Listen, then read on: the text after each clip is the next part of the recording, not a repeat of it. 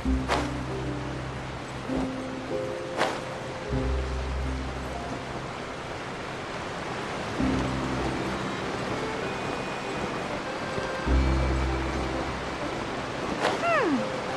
seems we have to use Hydro to collect for maritime flowers.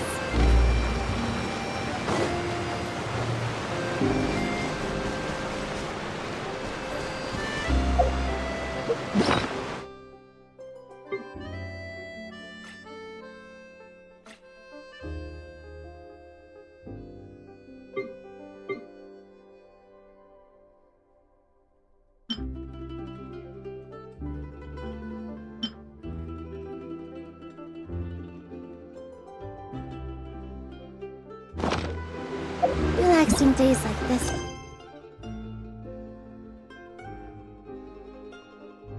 Nice. Let's take it easy. With all my strength.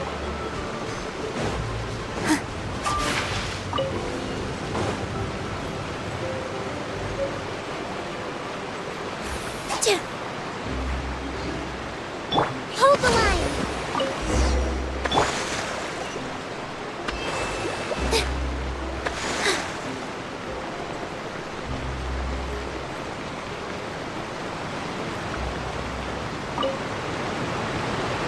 You made quick work of that. I can tell you're an experienced traveler. I've also finished collecting a few here. Maybe next time you'll feel like helping too, Lynette. No way. I'm in power-saving mode today. Otherwise, I fear I may not have any energy left for the performance at the Opera House. Fine. Though the performance is still a long way off. Now that we're finished here, we should get ready to head back to the Court of Fontaine. So, we're going to the Court of Fontaine before we head to the Opera House? Good. Paimon wants a tour of Fontaine's largest city and try...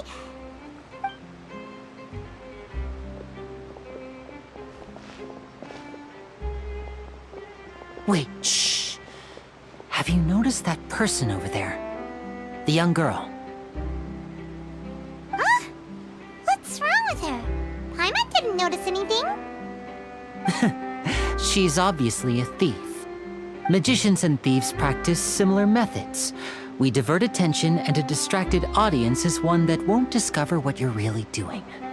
Watch her movements carefully.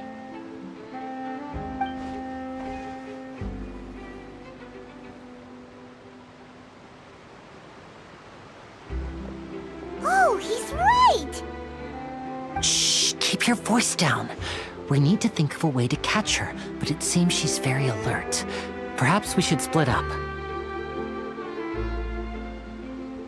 You two can ride the lift over there and wait up top. I bet that'll be her escape route if she tries to run. All right, let's go.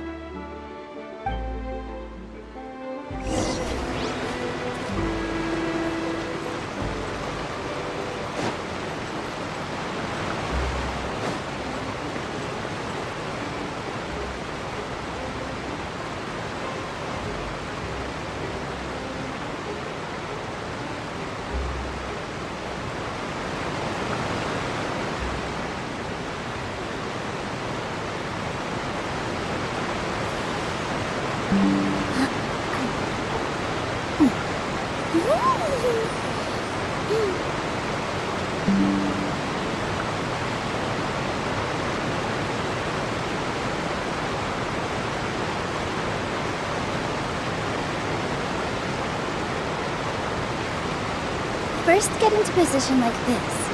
And move like that. Yep, that's it.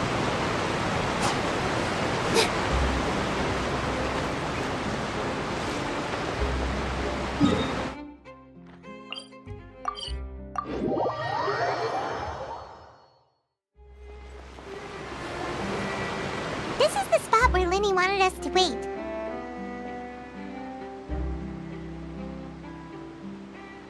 Oh, look! Isn't that her?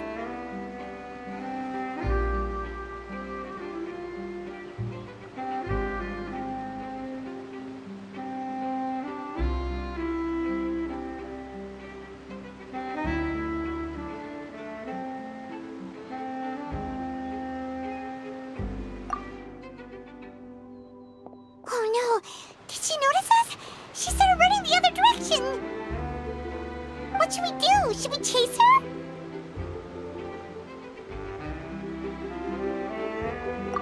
You're right. She might also be trying to lure us away.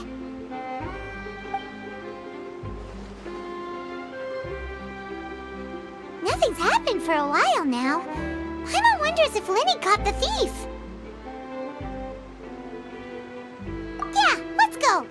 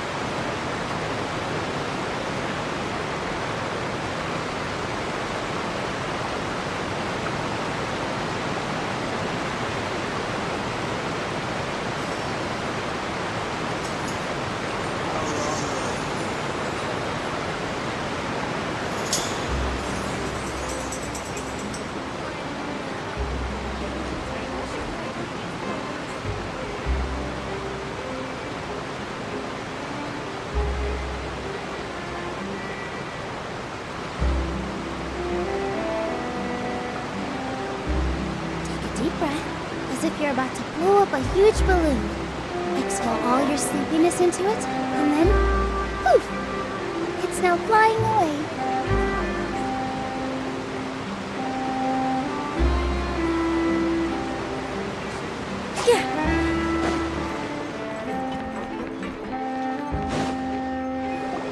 Are you sure that's all she took?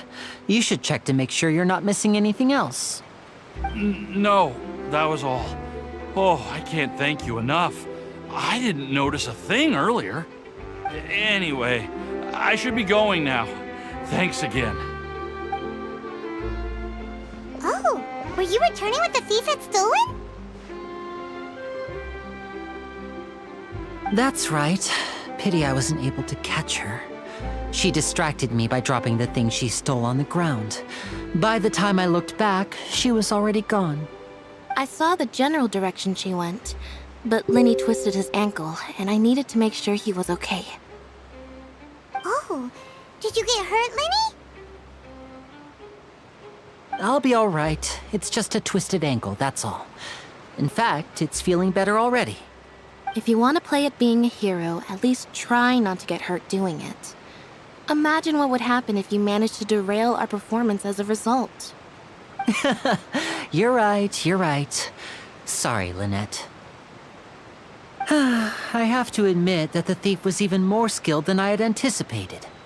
But at least we were able to get the stolen items back, so it wasn't a complete failure.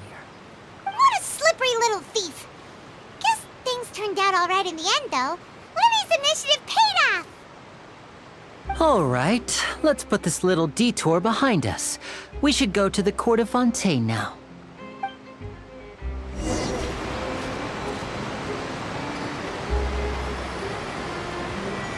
Dance with the waves!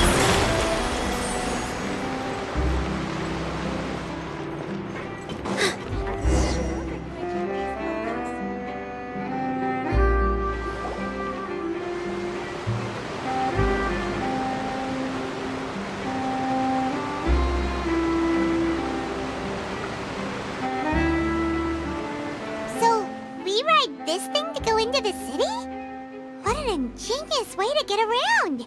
People in Fontaine really know how to use water! This is an aquabus. It allows people to travel between several key locations around Fontaine. It's pretty convenient, but the ride can become a little dull after a while. The scenery is always the same. That's why it's better to travel with friends. So you mean it's still boring even when I'm riding with you? No, that's not what I meant. It's just that, well, you don't really talk that much. Besides, it doesn't really feel like a real trip when it's just the two of us. It's the same as being at home. Whatever.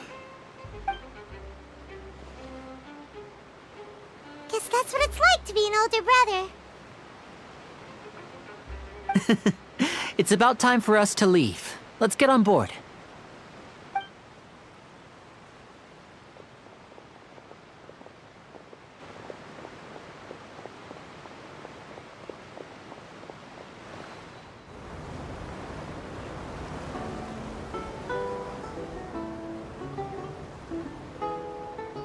Huh? What? Traveler! Paimon! Charlotte! Oh, I'd never guessed I'd bump into you while riding the Aqua Bus. In the story of my life, this is big news. What are you doing in Fontaine? I didn't hear anything about you paying us a visit. Yeah, it's quite the coincidence, but as travelers, we're always on the move. It's not surprising that nobody knew we were coming. Though we still have no idea how the Hydro Archon knew about us. Oh, let Paimon introduce you to our new friends! Oh, no need for introductions, Paimon. I would recognize the great magician Linny and his assistant Lynette anywhere. I wouldn't be much of a reporter if I didn't know who they were. It's a pleasure to meet you. I'm Charlotte, a reporter for the Steambird. Nice to meet you. From the Steambird, huh? We've often relied on your paper to promote our performances. It's an honor to meet you. Now that everyone knows each other, Fontaine suddenly doesn't feel like such an unfamiliar place. So, what have you been up to lately, Charlotte? Any big news? Not too much. When there isn't any breaking news, I mainly cover the trials at the Opera House. You can still manage to keep readers' attention as long as you tell things from a clever enough angle, even if it's the same old topics. For example, reporting on how a scammer once deceived vulnerable girls into relationships, or how a financial criminal was once so poor that they ate a single piece of bread for 5 days. Ah, you're right. Seems you know me pretty well. What I'm really after is exclusive, sensational news pieces that could shake the country. These smaller stories are a waste of my talents. Oh, I just remembered.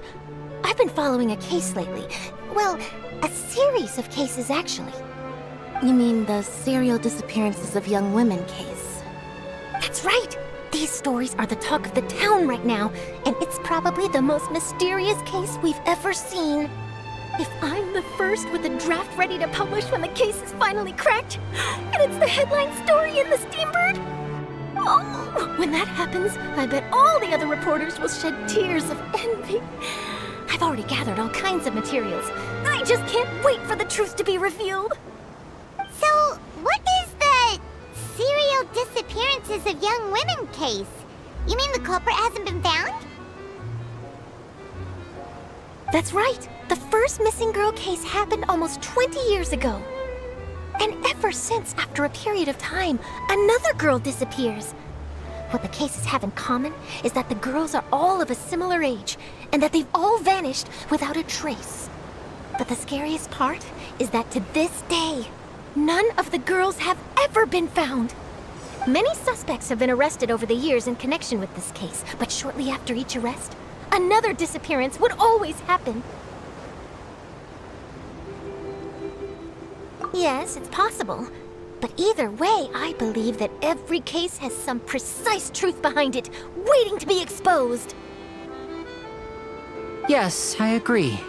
And at the very least, the family of those missing girls deserves some sort of explanation. I just imagined for a second what I would do if Lynette were to suddenly disappear. I'd pay any price to get her back, and then find a way to track down the culprit. Please don't imagine that, Linny.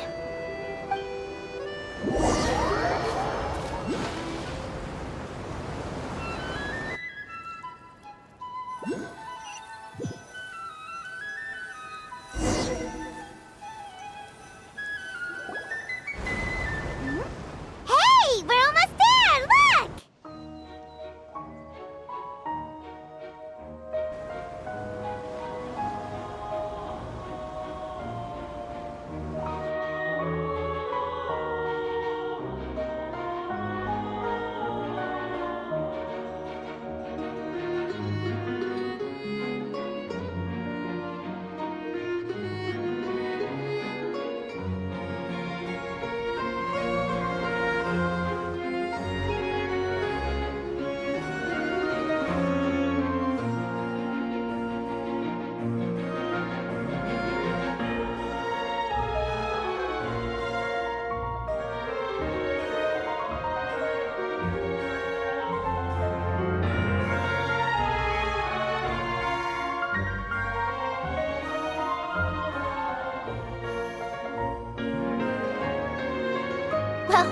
really enjoyed chatting with you.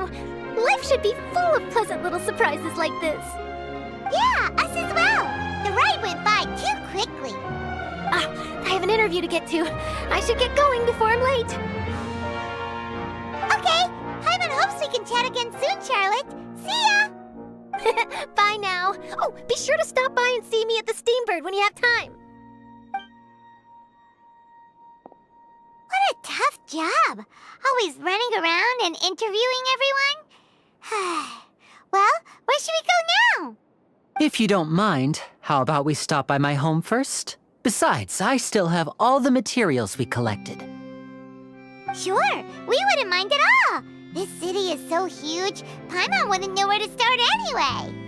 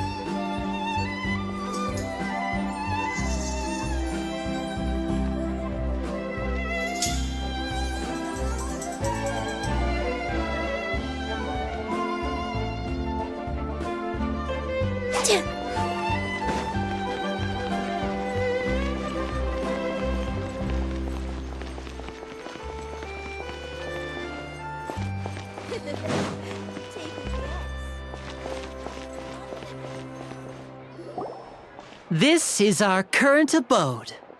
Ah, Fremine, you're home. Where did everyone else go? I have some new friends that I would like to introduce. Oh, they all just went out a moment ago.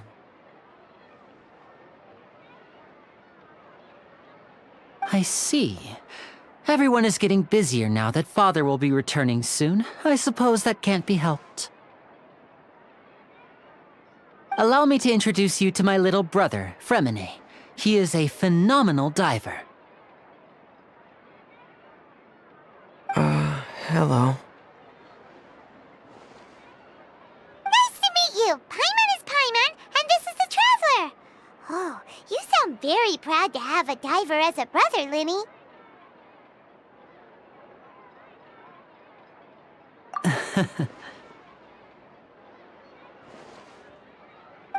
Linny, could you come here for a moment?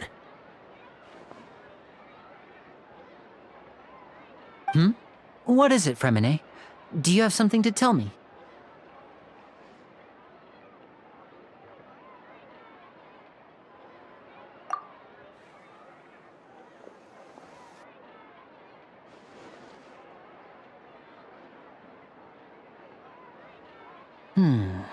Okay, I see. Is everything all right? Oh, it's nothing. We were just discussing a little housework. Sorry for the interruption. Oh, before I forget, the Traveler and I collected more materials to make magic pockets. Were you able to get any, Fremine? Yes, I went diving and gathered lots of materials. I was about to give them to you. That's our Fremine, always quick with the underwater work. All right, I'll take these to the workshop.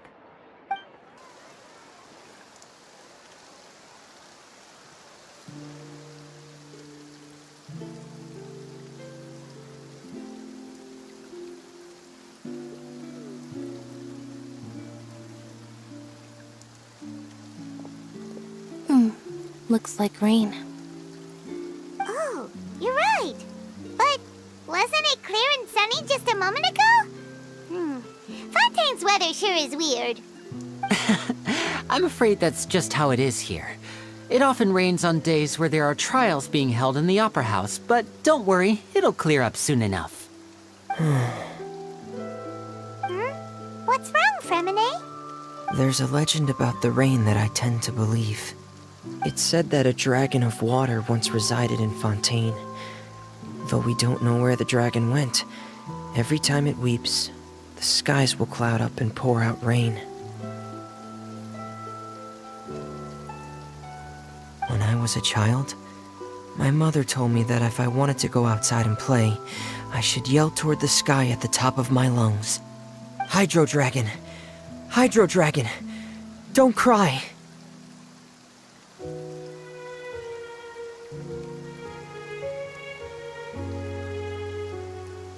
If it's an elemental dragon, then having the power to make it rain wouldn't be very unusual. Let Paimon try something. Hydro Dragon, don't cry!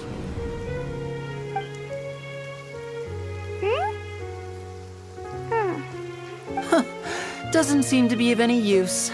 It is just a legend after all. You know, you might be a more popular magician if you understood the concept of romanticism. Or could at least play along. Sorry, it might be because we've never met the Hydro Dragon. Perhaps it can't be comforted by the words of strangers.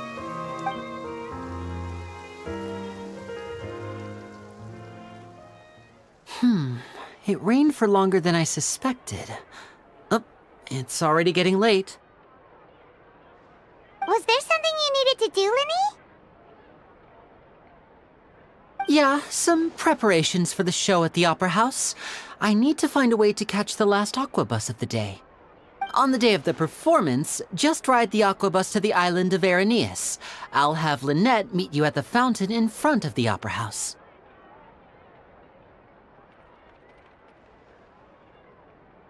Oh, are you leaving now? What is it, Fremine? I'm in a hurry. Oh, I get it.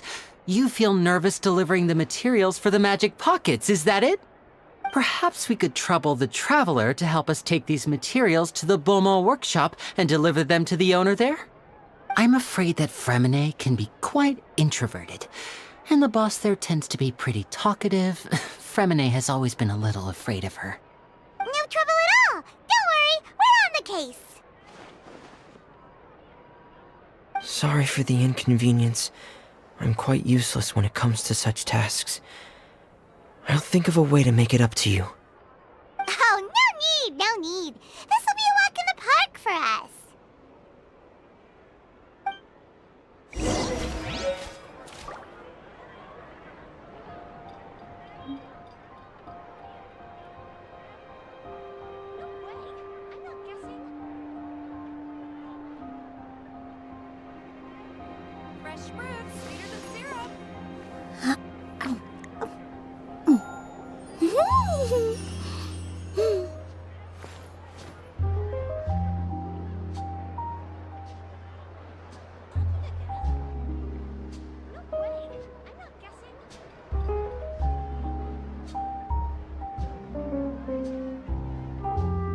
Relaxing days like this are nice.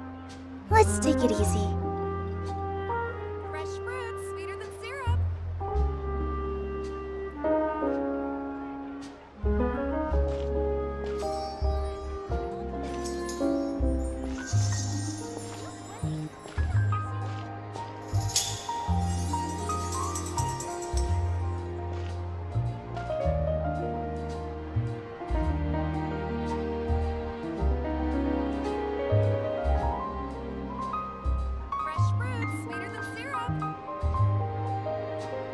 First get into position like this, then move like that. Yep, that's it.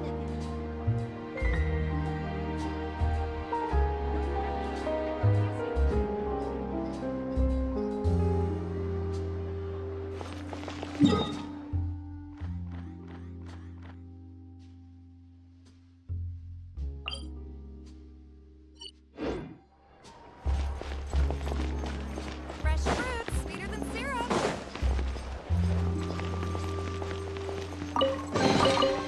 Wow, what a lovely surprise.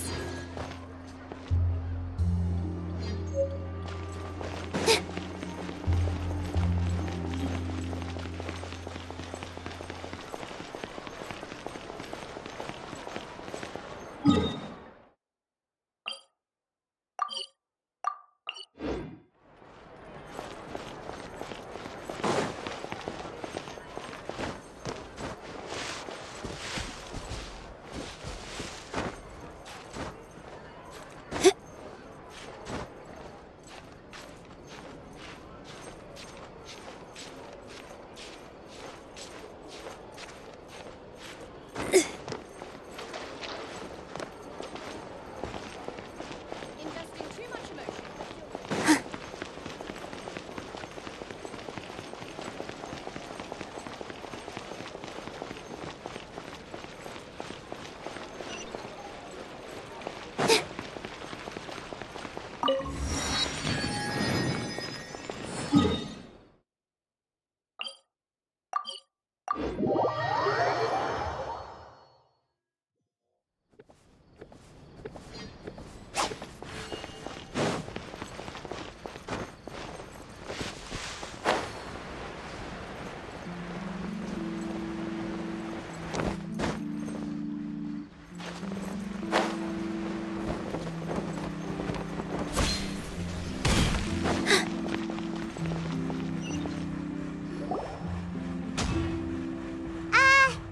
Hello?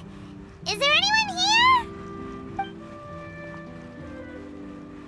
Oh, hello there. New customers? Looking to buy, or do you need something made? Or perhaps you're just looking for a chat with me. Oh no, we're just here to deliver some materials. Here they are. They're for making... what were they called again? Ah, these must be for Magic Pockets. I could tell right away. I've already made several orders worth now. No need. They've already prepaid several batches worth. When they told me what they'd be using them for, I even offered them a discount. But they insisted on paying the full amount, saying that I had a business to run. It seems both their hearts and their pockets are made of gold. Whoa. So, is Linny actually loaded? I can't say for sure, but who knows? Maybe there's good money to be made being a magician in Fontaine. Hey! Is this machine what you use to make stuff here? It looks really advanced. Why use your hands when a machine can do the work? It would be a waste not to use the latest technology, and wasting is a kind of crime. But where does a big machine like that get its power from? Well, it's a little complicated. I'm not sure I can put it in layman's terms for you. But basically, everything we usually use here in the city is powered by indemnitium. It's a type of energy that's produced from trials. Huh? How can trials produce energy? Well, I'm not completely sure of all the details myself, but basically, when a trial is in session, the Oratrice Mécanique d'Analyse Cardinale harvests people's belief in justice and converts it into energy to be used all around Fontaine. So that's what its other function is? Paimon heard that the Oratrice was created by the Archon to make judgments. But Paimon still doesn't get it. How could something unreliable like people's beliefs be turned into a stable power source for these machines?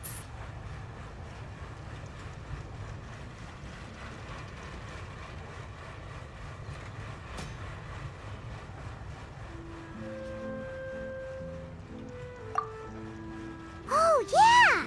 So that means the Hydro Archon relies on the machine going to take the energy created by belief and turn it into power for all of Fontaine, right? Even though I've never heard anyone really put it that way before, it sounds like it makes sense. Besides indemnitium, we have another type of energy called pneumosia. It isn't produced by the power of the Archon, but it is unstable by nature. Even now, it still cannot be widely used by civilians. I thought I'd find you hard at work, but here you are chatting the day away. Since you're already talking, I'm sure you wouldn't mind a few words with me. You again? Didn't I already promise you that I'd have the more I owe to Confrérie of Cabriere by next month? Why are you hounding me now? Yeah, but how do we know that you won't go running off by the end of this month? I want 50% today. Wait, no, 70%. Huh? You... Seems business isn't so great for the workshop. We've already finished our job and delivered the materials. Maybe now's a good time to leave? Hey, hold on! Before you go around trying to collect payments, why don't you settle your own debts first? If Confrérie of Cabriere wants to poach clients from Northland Bank, that's fine. But I'm afraid you still owe the bank a hefty sum of mora. So why don't we work things out between us first, before you get back to your little conversation here? You're from Northland Bank. But we said we'll pay everything we owe next month. Why are you hounding me now? Traveler, Paimon! I didn't think I'd run into you here in Fontaine. What are the chances? We're surprised to see you too! What are you doing here in Fontaine? You didn't want to stay in Snezhnaya? Long story short, I've already been in Fontaine for some time now, and honestly, things have been pretty boring. But it seems that fate brought our paths together today. Not only will I have some good friends here now, but ones who always seem to find trouble. Either way you look at it, it seems things are going to get a lot more interesting now. Pretty sure we'd want to avoid anything that you'd find interesting. Besides, our trip here has gone pretty well so far, right, Traveler? Hey, you, Northland Bank boy. Aren't you forgetting something? Don't interrupt. It's not often I run into the Traveler like this. Why don't you wait for me over there for a while? You kidding? Aren't you the one looking for us? You really expect us to sit and twiddle our thumbs while you catch up with your friends? Listen to me, boy. If you want your mora, fine. Why don't you come and take it? Hey, I just said not to interrupt. Oh, by the way, Traveler, the last time I took Tonya and Tusser ice fishing, Tusser said, Hey! That's way over the line! All right, boys, let's see who has to pay up now! Can you at least let me finish one sentence? Fine. Though the bank told me not to get rough with our clients. You're the ones who started it. This is an act of self-defense. You two will have to be my witnesses, okay?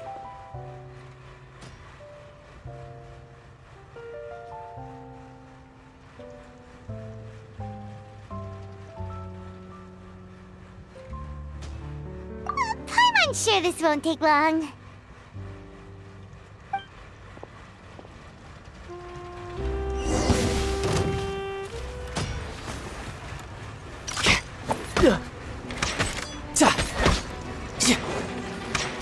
You're mine.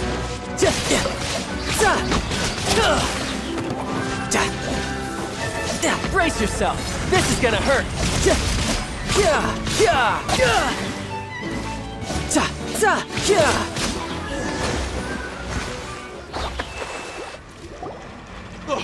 What's your deal, Brad? How are you so strong if you're just a staffer from Snezhnaya's Northland Bank? Wait, don't tell me you're... Oh, now you notice. It's a little late, don't you think? Just make sure you understand that you don't mess with Northland Bank. Got it?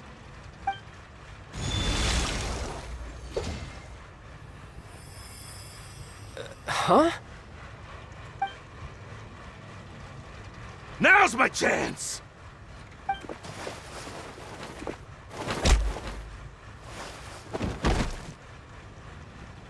Huh. That was weird.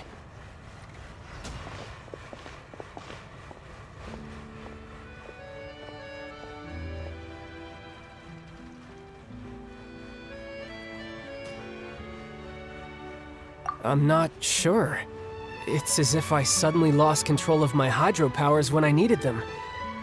Maybe there's something wrong with my vision? Strange. How could that happen? First time Paimon's ever heard of someone losing control of their vision. Never mind. It doesn't matter. If I want to stay sharp, I shouldn't be relying too much on my vision anyway. Besides, I always have my delusion in case I need it. So what are you doing in Fontaine, child? I don't see its work for Northland Bank. Well, I guess it's because I've been in a bad mood lately. Huh? What kind of reason is that? Wait, since when do you feel down about anything? I don't know. Maybe I still have a lot to learn about myself. But recently, there seems to be some sort of restless power stirring inside of me.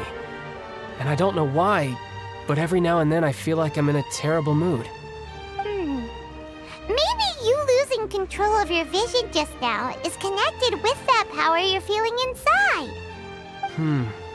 That is a possibility.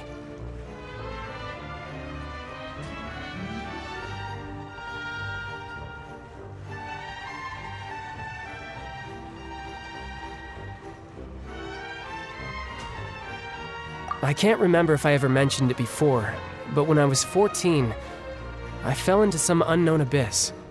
It was during that time I learned nearly all of my abilities. The one who took me under her wing and taught me was named Skirk. She was always quiet and very mysterious. Nobody knew where she came from or what she had been through, and she was always very strict when teaching me combat techniques. One time, I asked her why she was willing to take me on as an apprentice. From what I could make of her answer, it was because I had awakened it, and traces of it remained on me. She said that all my combat training would be useful in the future. But what is it? What did you awaken? She never explained that, but my guess is that it's related to a dream I saw when I had just fallen into that abyss. In my dream, I was in the deepest depths of the sea, and the boundless seabed was all around me. But in front of me appeared a whale that was so massive, I felt like I couldn't breathe. A whale? Oh, that sounds familiar! When we fought against you before, you summoned a huge whale that seemed to leap at us. Is that the one? That's just an abstract form of a whale that I create using my elemental powers. It takes that shape because the scene I dreamt of the whale has always been stuck in my mind. I'll never forget it. So you used the whale as inspiration for one of your moves? Huh. Seems a little twisted to Paimon. So why don't you just go ask your master? Maybe she knows the answer. You make it sound so easy. Ever since the incident I experienced there, I've never stopped searching for Master Skirk and that unknown abyss. But it's been years now, and I've still found nothing. There isn't even a trace of the place where I remember falling into the abyss. Oh, it sounds like some kind of ghost story. Yeah, I'm out of leads at this point, but there's nothing more I can do. It seems that strange encounters in this world tend to be elusive like that. Oh, seems the time really flies when I'm talking with you. I just remembered I have somewhere else I need to be, so I should get going. What? More work for the Northland Bank? No, it's more of a personal appointment. Lately, I've been sparring with some of Fontaine's official champion duelists whenever I'm feeling bored. Official champion duelists? You mean it's their job to duel? Yep, in Fontaine, before a criminal goes to court, they're given one chance to defend their honor by requesting a duel with an official champion duelist. The champion duelists are all-powerful fighters selected from among the nation's best. And the duel itself is a no-holds-barred fight with no specified stopping point. So engaging in such a duel is regarded as a symbol of defending your honor. If a criminal manages to win the duel, they'll be acquitted. But if they lose, they'll have no choice but to stand trial. And the worst-case scenario is that you're simply killed in the duel. Though it's rumored that Fontaine has a death penalty, From what I can tell, no one has ever been officially sentenced to death. So really, the only people who opt to duel are those who have suffered a grave injustice in being accused, or those who greatly value their honor. Otherwise, why gamble with your life? So, do many people actually get out of their trials by winning the duel? Apparently, it's exceedingly rare for anyone to actually win. Fontaine probably enacted this system as a way to show that the nation respects the honor of its citizens. Besides, none of the champion duelists are to be trifled with, which is exactly why I was itching to face them as soon as I got to Fontaine. Apparently, the one I'm meeting today, Clorinde, is the strongest of the champion duelists. I had been asking her for some time before she finally agreed to face me today. Well, that's child for ya. Paimon feels like we heard that name somewhere before. Clorinde. Oh, Barely before I 2 words forget, in, and you I already want you look to like have you want this. me dead. You're getting all worked up over nothing. Your vision? You're seriously just giving it away? I'm just worried that it could become uncontrollable. Changed. I'd be pretty upset if it got in the way of my duel, so I think I'll be better off without it for now. Besides, I just need you to hold on to it for a short while. I'll come retrieve it when I have some time later. Paimon knows what you're up to. You just want an excuse to come talk to us again, don't you? Whatever gave you that idea? I'll be in touch later.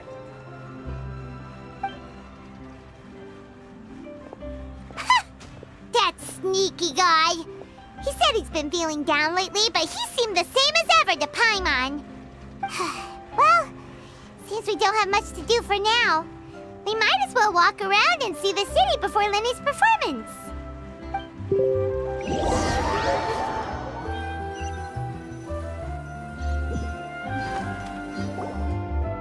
Wow! Who could have seen that coming? The reporter who was barely around for most of the story was the murderer all along! Sorry. Paimon was just surprised, that's all. Whew. Paimon never saw that twist coming. The murder of the whodunits here in Fontaine are a lot different than the light novels you see from Yai Publishing House. Both have their merits, but Paimon thinks this style of novels are more, well, novel. It's so exciting to reach the moment when the mystery is uncovered, especially in the one Paimon was just reading. You should buy a copy and read it too. Oh, sorry about that. Paimon will be more careful next time. Hey, shouldn't we be heading to the Opera House to see Linny's performance soon? It's almost time for the show to start, so we should get going. Linny said that the Opera House is on Aeneas, so let's go ride the Aquabus.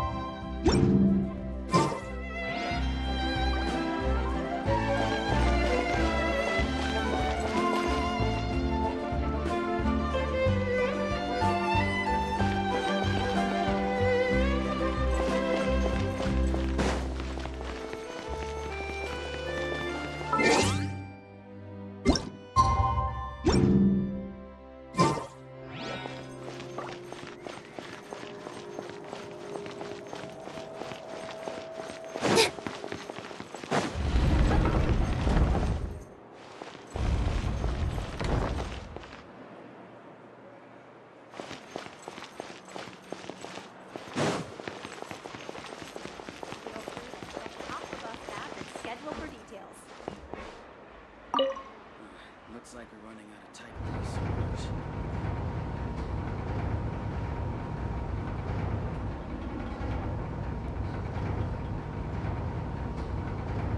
Welcome to the court of Fontaine. Please watch your step.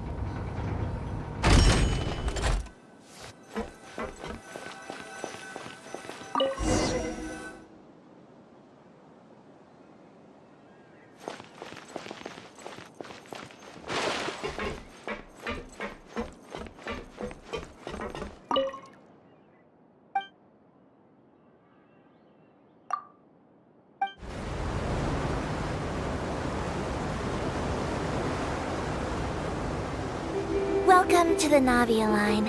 I am Elfan. The boat will be departing imminently. Please do not stick your head, hands, or other body parts outside the boat. The Aquabus operator is not responsible for any accidents or injuries resulting from doing so. Also, please remember to buy the Steambird, though I don't read it myself. The destination of the current tour is Erinias. Points of interest worth visiting include the Fountain of Lucine and the Opera Epiclese. If you look to the left in the direction we are currently traveling, you will see the famous Fontaine Research Institute up in the sky. An experiment gone wrong turned new sightseeing opportunity. Human ingenuity truly is a wondrous thing.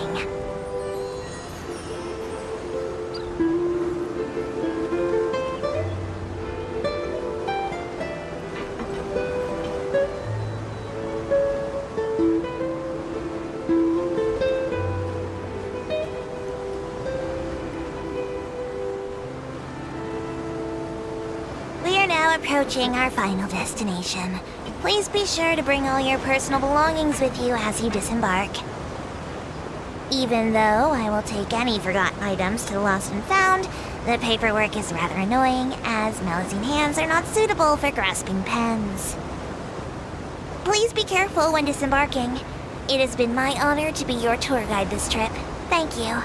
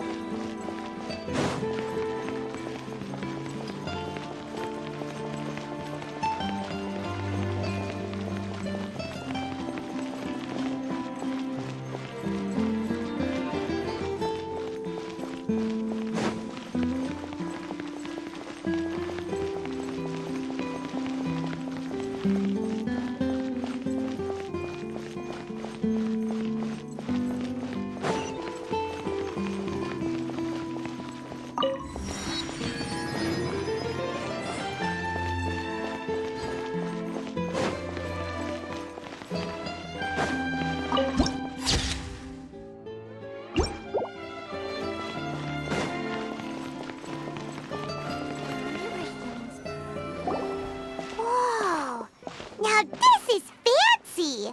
The Opera at Eclairs. What a place to hold a performance! No wonder Linny and Lynette were looking forward to it. Huh. Looks like there's a lot of people standing around the fountain up ahead. Oh, Archon, please bless us with a bright and healthy child. We pray. I don't know why you always feel the need to ask so much. I'll be happy as long as our child is healthy and lives a peaceful life. I guess if they're our kid, then there's no doubt they'll turn out smart. Maybe this is one of the customs in Fontaine. There sure are a lot of couples here. Vache. What's wrong? Vache. Vache.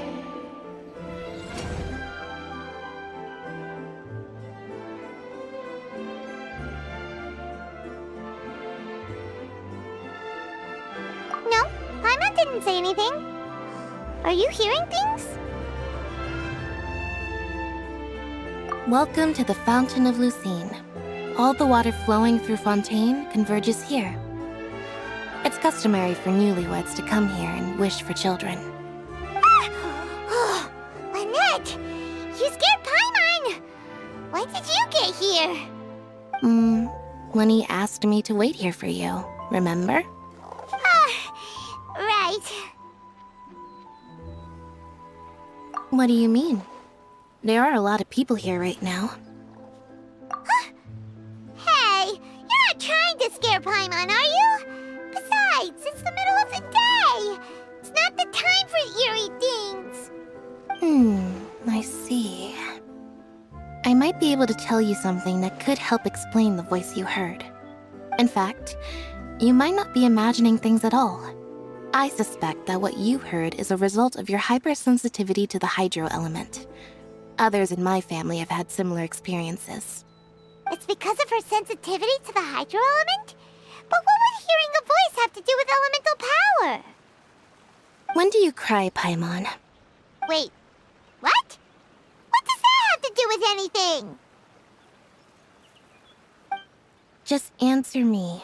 When do you cry?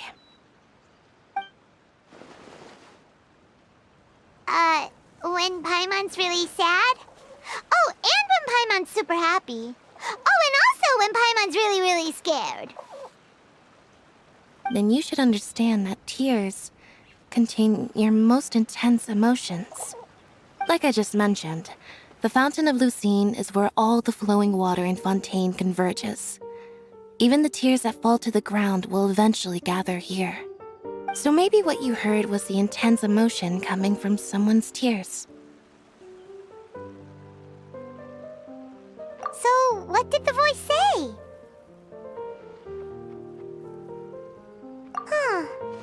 If you were hearing their emotions, then Paimon wonders what happened to them. Rather than worrying about them, we should worry about my brother first. Don't let that calm look of his fool you. He tends to get pretty nervous just before a performance. So chatting with Linny might help him relax a little before he goes on stage. Oh, right. That makes sense. Let's go in and see Linny.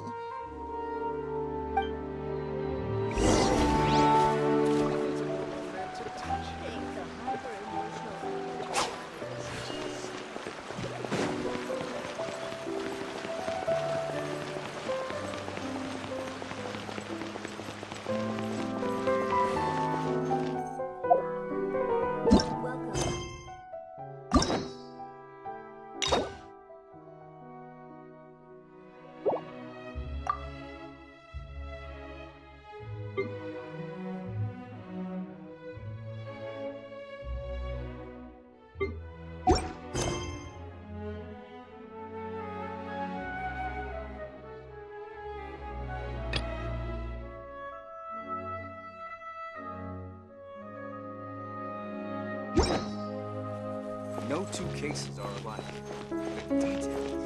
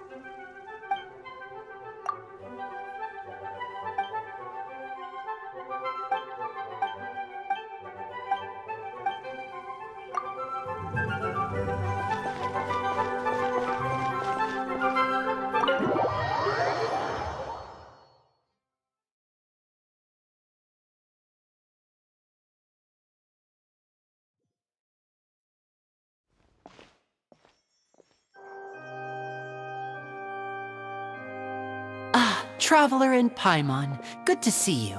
I knew you two would come. Are you kidding? We wouldn't miss it for the world. We've been looking forward to it.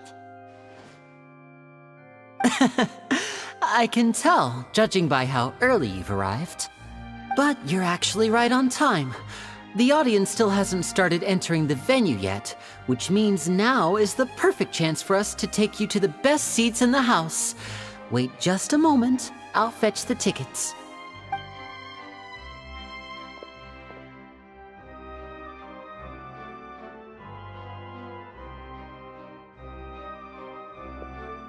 The Opera House has assigned seating, so you always have to make reservations.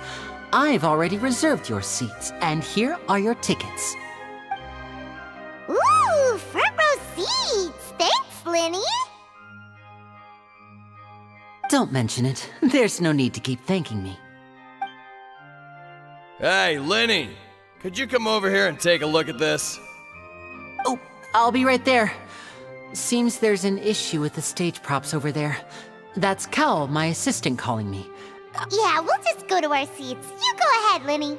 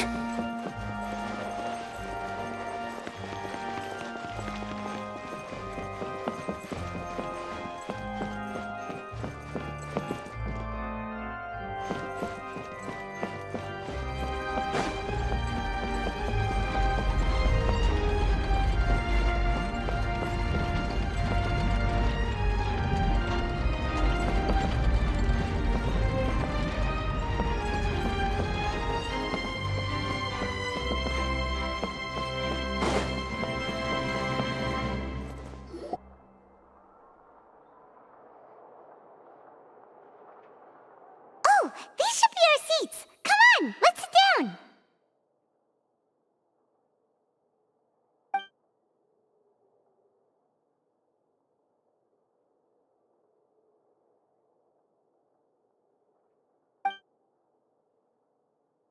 Uh...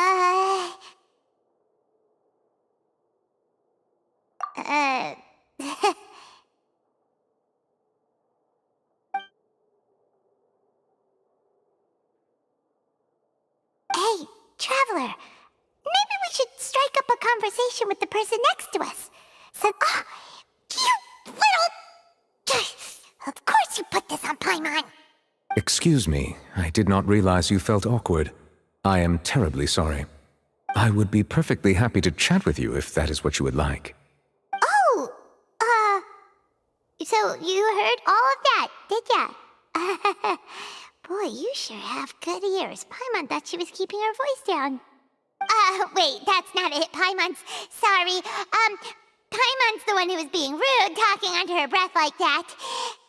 So, let's talk, but, what should we talk about? Oh, Paimon's got it. You're also here early and sitting in the front.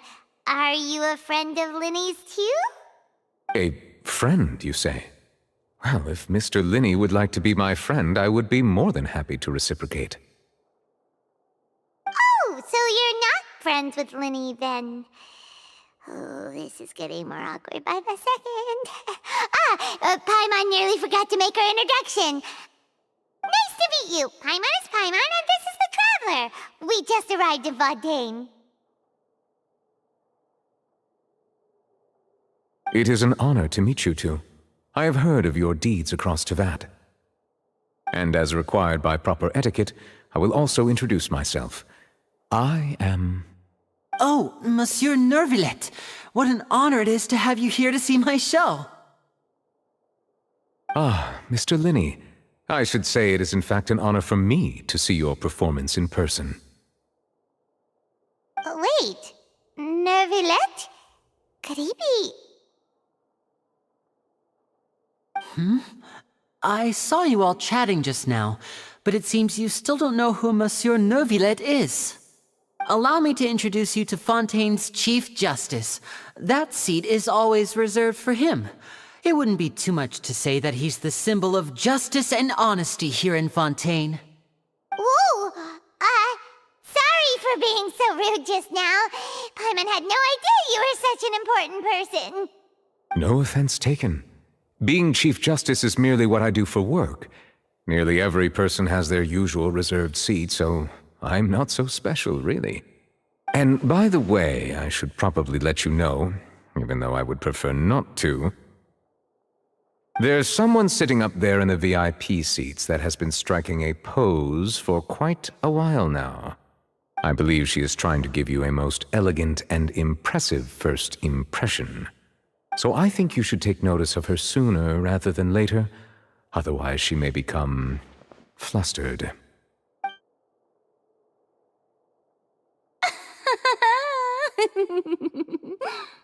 Huh? Oh, it's Farina, the Hydro Archon. Huh. She sure has a smug and satisfied look on her face. Guess she has no idea that you saw right through her act. Very good.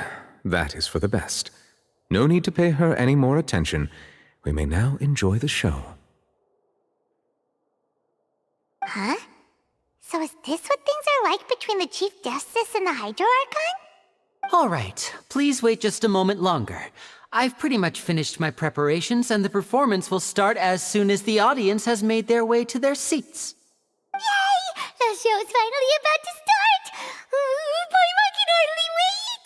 Paimon's never seen a real live magic show before!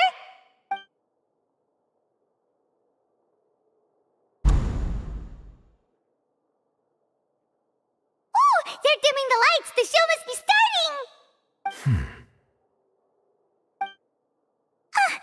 Sorry. Paimon will try to stay quiet. Welcome, one and all, to the Opera Epiclese. I am the star of today's show, Linny. And over here is my sister, Lynette, who will be working as my wonderful assistant. Please, let's give her a warm welcome. Hello, everyone. I know she may seem to be a little sleepy right now, but that's just a sign that she's nervous. Whatever. Now, some of you may be thinking, two vision holders who can freely manipulate elemental powers performing magic is not true magic at all. So, I would like to take a moment to assure you that elemental powers will have nothing to do with what you will witness on the stage today.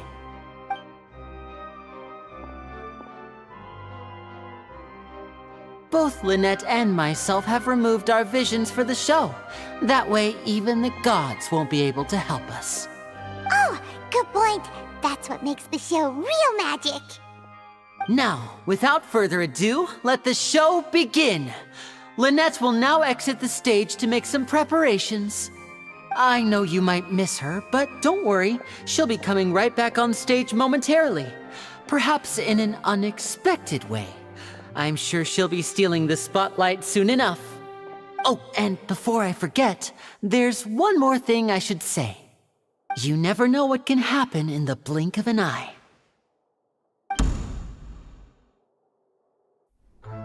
A magician's greatest skill is making things disappear or appear. The possibilities are endless.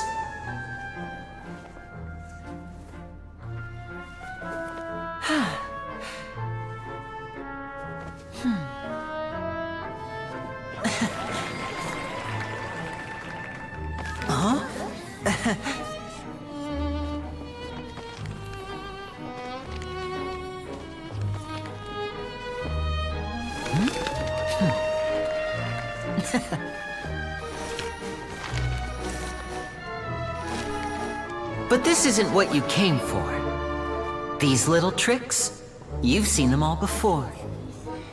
So it's time for something truly extraordinary, don't you think? This one's a little tricky.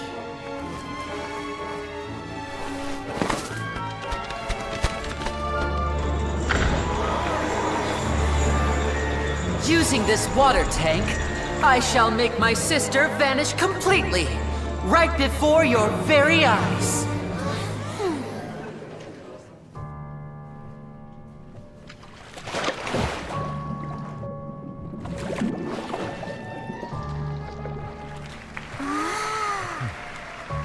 It's actually quite simple. She'll just turn into air bubbles and float right out of the top.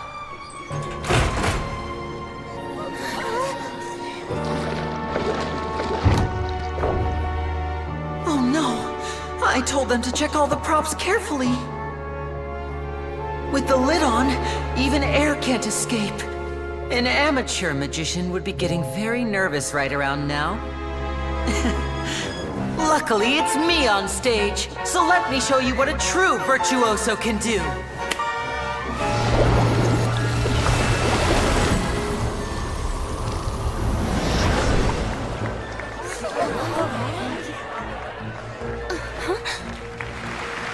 Lynette, are you still there? Don't go too far. We don't want to use up all our magic. Hi, I'm back. Uh-huh.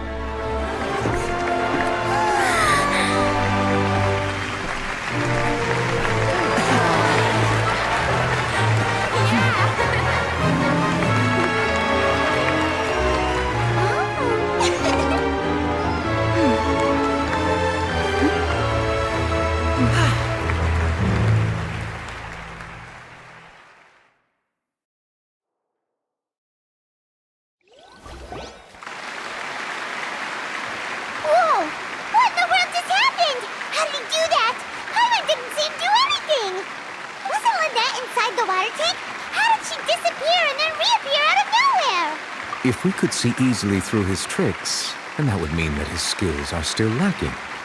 To appreciate magic, you should focus on the show happening on stage, rather than getting caught up in trying to see that which has been intentionally hidden. Guess you're right. Paimon couldn't believe her eyes when Lynette reappeared. Amazing!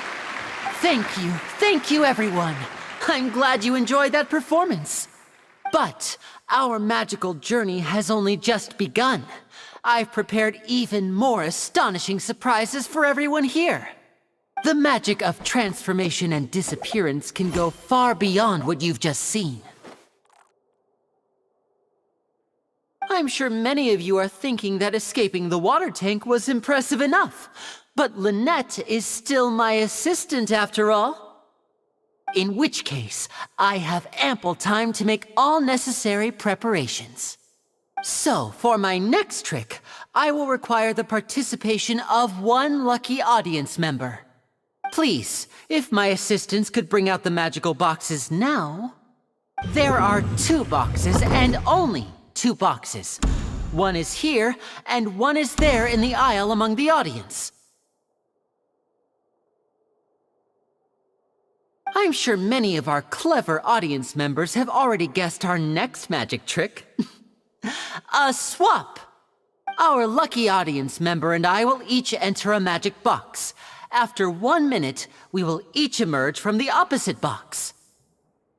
Now please, everyone pay very close attention to the box you see here. Don't give me any chance to make a move. Wow! How's he gonna do this? Hey, do you think this is all magic tricks, or does Lenny have actual superpowers? The lucky audience member will be generated by this random number selector. It selects numbers entirely at random. Even I don't know who will be chosen to participate. Now then, let's begin. Let me see. Oh, row 7, seat 3. Congratulations! You now have the chance to experience magic firsthand for an entire minute. Please, come forward. My assistant will take you beside the magic box. I'm sorry, it might be a little cramped inside, but no need to feel nervous. We've carefully arranged everything for you to be as comfortable as possible. You don't need to do anything, but no matter what strange things may happen, don't come out of the box. If the magic is interrupted, who knows where you might end up? You might even find yourself in the Fortress of Meropide.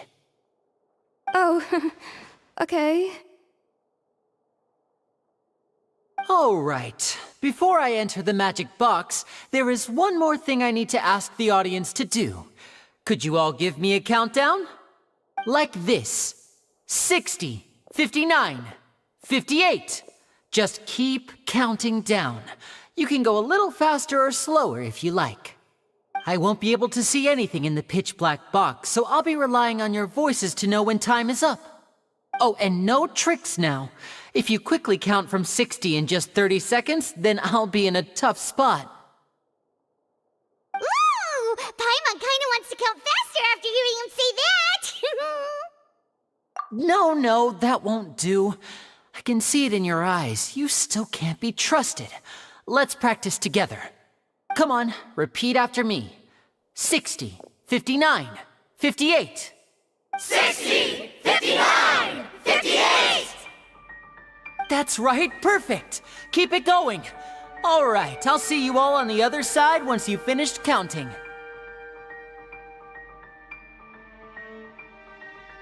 54, 53, 52? Huh? Why aren't you counting, Nervalet? I am counting in my head. I think things are exciting enough in here as it is. Merely a consequence of my identity and personality. Do not worry about me. Just enjoy the show. Oh, alright. You looked so serious that Paimon thought you might be feeling uncomfortable or something. 40, 39, 38! Mr. Linney, are you all right in there? Is everything ready? Yes, I'm fine. I'm just double-checking the direction of the magic. It would be a disaster if we get sent to the wrong places. For example, mid-air right above the audience. Even though he's saying that, Lenny doesn't seem nervous at all.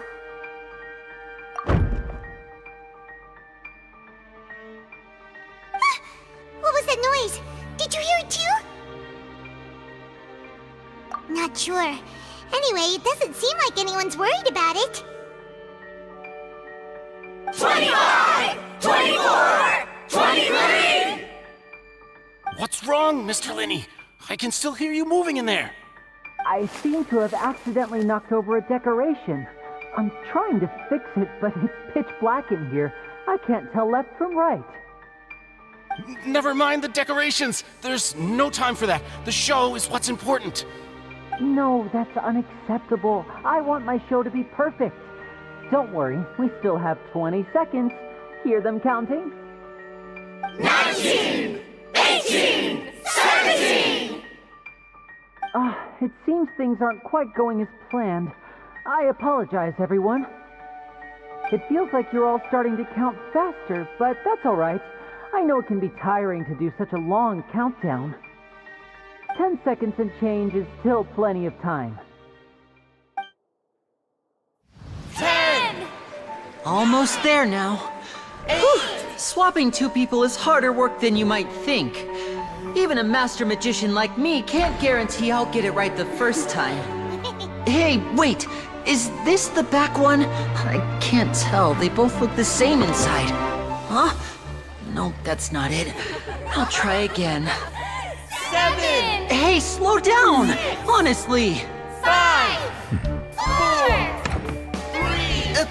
Whoops! That doesn't count! 0!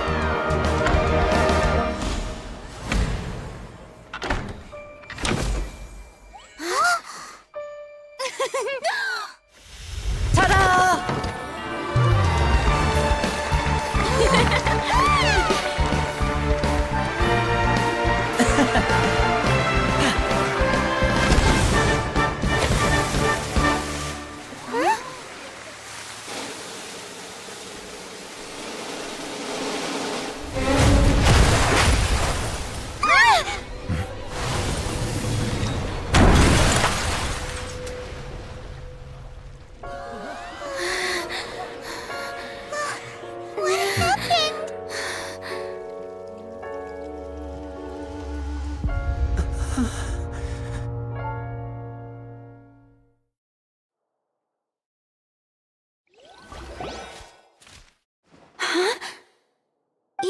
this part of the show?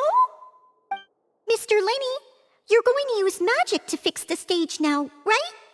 What happened? Oh no. Maybe this isn't part of the show. The girl was still in that box, right? This performance is over. Medical staff with me. Guards, secure the scene and detain all the performers. Seal the exits. No one is allowed in or out at this time. Yes, that's right. If this was just an accident, then we must investigate the cause. But if this was all part of some scheme, then those accountable will not escape the judgment of the God of Justice! No need to be alarmed, you two. We'll get to the bottom of this soon enough.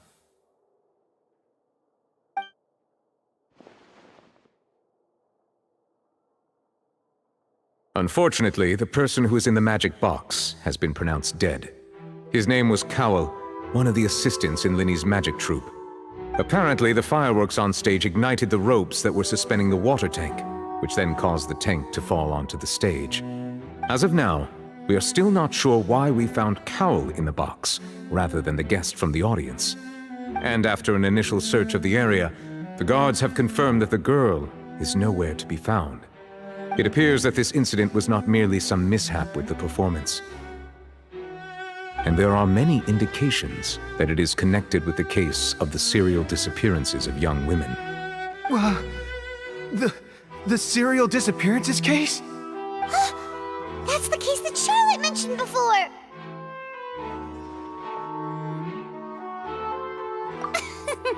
I know the truth. I can see through the whole thing.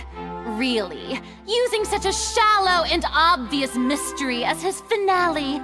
Did he really underestimate us that badly? I say that our powerful magician, Mr. Linny, is now the prime suspect for the serial disappearances case. Huh? Why me? This whole thing was an accident. No, this all occurred during your magic show, did it not? The missing girl disappeared after being chosen, did she not? The deceased is one of your assistants, is he not? Now that I think about it, that whole speech about magicians making things disappear was nothing more than a provocation, a bald-faced challenge. That can't be right! How can Linny do this? He was in the box on the stage the entire time! We can even hear his voice!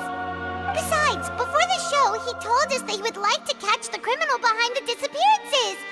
He couldn't possibly mean catching himself! Save discussion for a later time, please. Lady Farina, may I assume that your comments just now constitute an accusation against Mr. Linny and his associates, and that you are pressing charges? Huh? I just think that he... Well, I think it might be a little early to talk about formally pressing charges. But what Lady Farina said just now makes perfect sense. Looks like she's gonna personally deliver justice. A kidnapping and murder carried out under the cover of a magic show. Lady Farina said it all. I mean, of course, my dear people. But what excites me even more than the obvious truth before our eyes is the opponent I'll be facing. That's right. I mean you, Traveler. You'll support Linny, won't you? After all, he was the one who helped you the first time we met.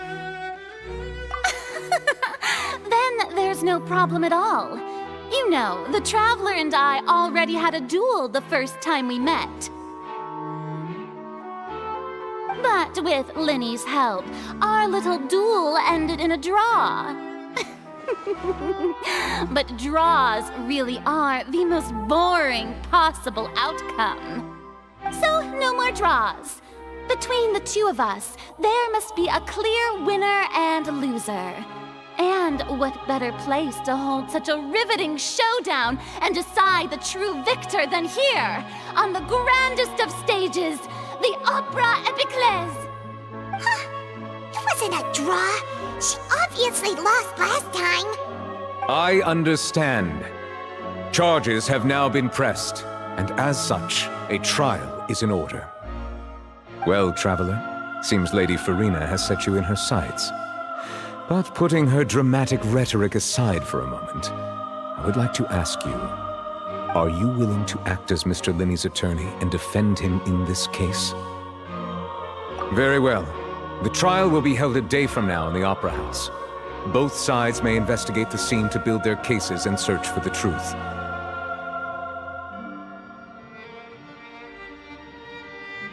Linney and his troupe are all potential suspects and shall remain within the Opera House. The audience may begin to leave in an orderly fashion once they have been cleared by the guards. A day isn't that long. Let's see what kind of case this big shot outlander can build in such a short amount of time. I'm really quite looking forward to hearing it.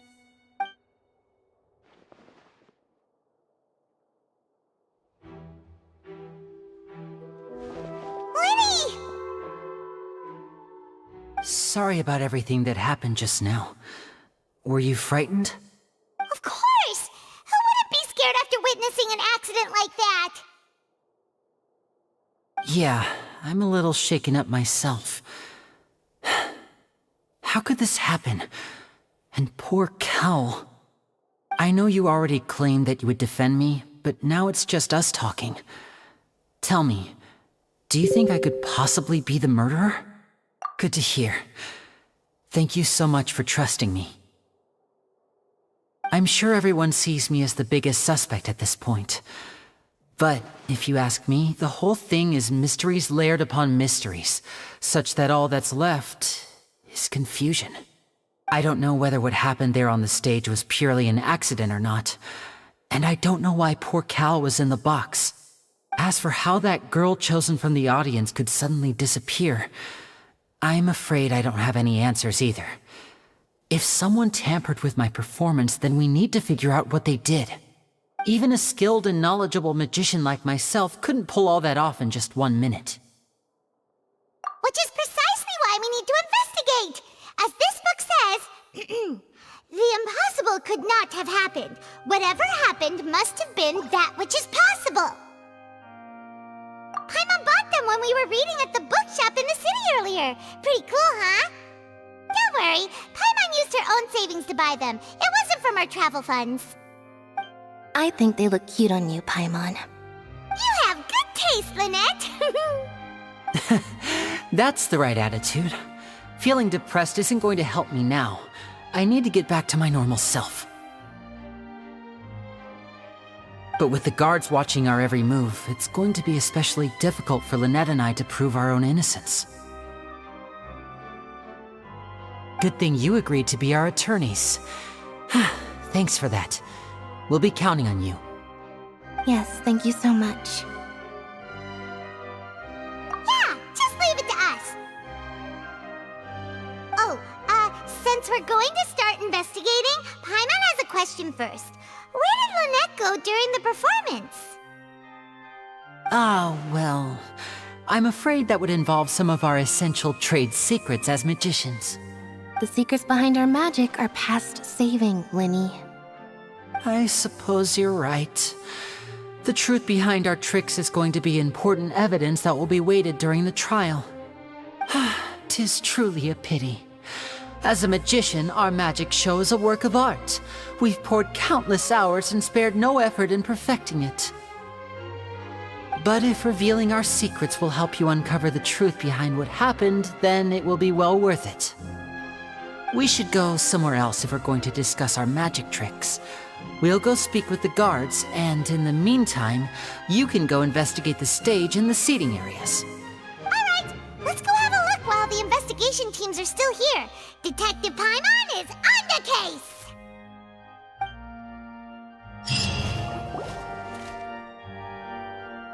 Hello, officer. How's the investigation going? I see. You must be the traveler that Lady Farina mentioned. Listen, I'll be perfectly honest with you. I'd avoid getting mixed up in this whirlpool of a mess if I were you. Huh? What do you mean? Come with me and you'll see. The deceased is one of Linny's assistants, named Cowell. Even though he hadn't joined the troupe long, he was hardworking and everyone generally liked him. The assistants are usually in charge of setting up and inspecting the props, as well as assisting with the show and keeping the crowd engaged. As you probably saw when you were in the audience, the water tank suddenly fell and smashed the box with Cowell inside it. This is the real mystery. We've already searched the scene and were unable to find any traces of the girl. However, if you look carefully, the box was positioned directly under the water tank. The ropes holding the tank were then burned by the pyrotechnics on stage, causing them to snap. All these factors lining up so perfectly makes it hard to see this as a mere accident. If anything, the more logical explanation is that the whole incident was intentionally planned, and Linny is the most likely person to have access to all these areas.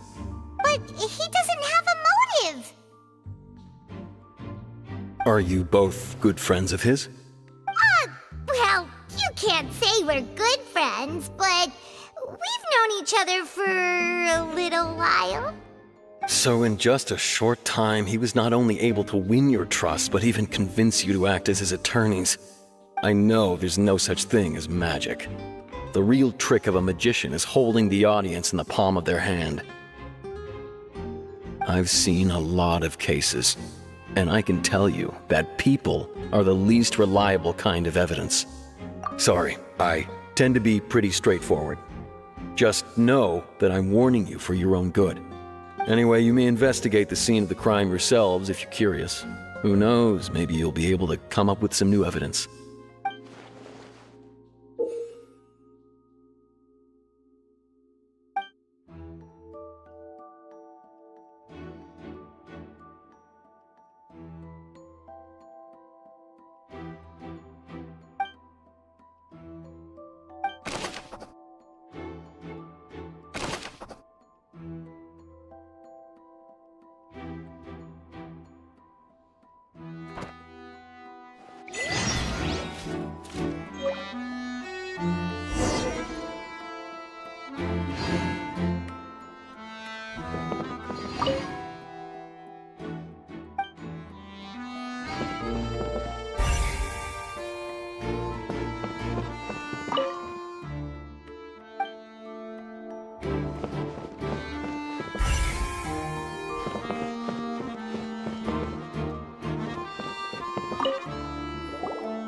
So this is the rope that broke and caused the water tank to fall.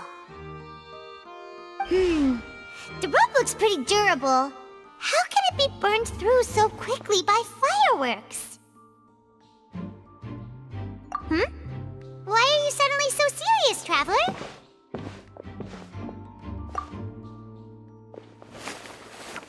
Whoa. Look! This bit is made from different material! Most of it was burned away, but there's still a little bit of it left. Huh.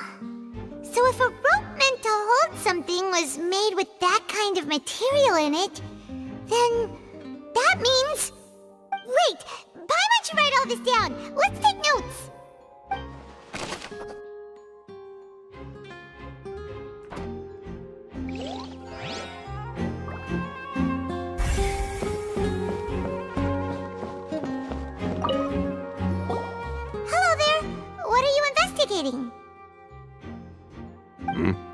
Oh, this location has also been cordoned off because the Magic Troupe members are currently considered prime suspects. The investigation team is still collecting evidence. The seats were all booked in advance, so we were able to deduce the missing woman's identity by checking the guest list. Sure, it's not like this is confidential information. We will publish it later anyway when we petition the public to help us find the missing person. Her name is Halsey. She's a painter from Fontaine who's made a bit of a name for herself. Apparently, she wasn't a regular at the Opera House, but she'd been feeling some pressure with her work lately, which made her decide to come see the magic show. The Magic Troupe members all claim not to know her. We have looked into her social connections. It seems that she has no personal grievances or conflicts of interest with the suspects. Simply put, she wasn't related to the Magic Troupe at all, which matches the features of the previous serial disappearances. Were the victims of previous cases also chosen at random? That's how it seems to us, in any case. Apart from the fact that they were all young women of around the same age range, there really weren't any other connections between them. Okay then. No need to be so formal. If you do happen to see the missing girl, please be sure to contact us. It is of utmost importance that we get to the bottom of these disappearances.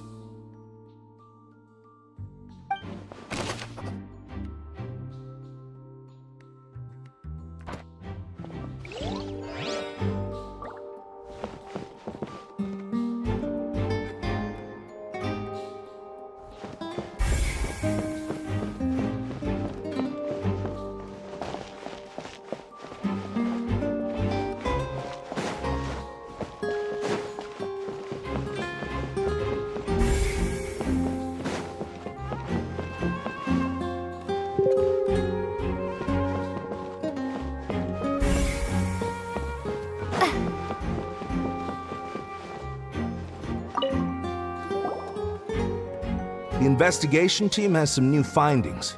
Turns out there's an issue with the random number selector after all. See, I told you. What if the machine picked some big guy's seat? You think the murderer would have still made his move then? Sorry to interrupt, but we're helping Linny and Lynette with their side of the investigation. What were you saying about the number selector? There's something wrong with it? You're trying to help them? That'll be a tall order. Linny used the machine to pick a random member of the audience during his performance, right? The lucky girl that later disappeared. Well, we thought there might be a serious problem with the machine, so we had it taken away for further inspection. It turns out that the seat number it picked wasn't random at all.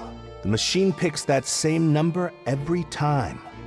I'm sure you already know that you have to make a reservation in advance to get a seat, regardless of whether it's a trial or some performance.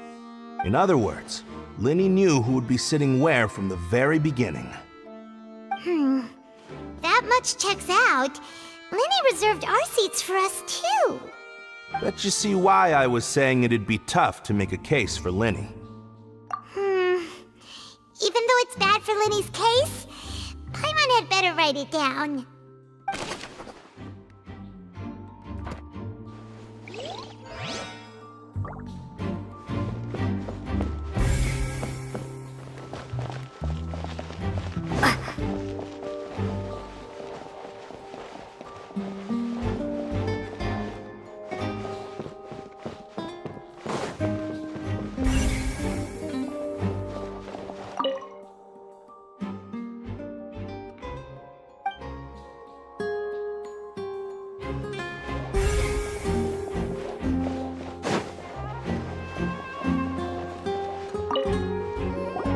I see that you're investigating the area.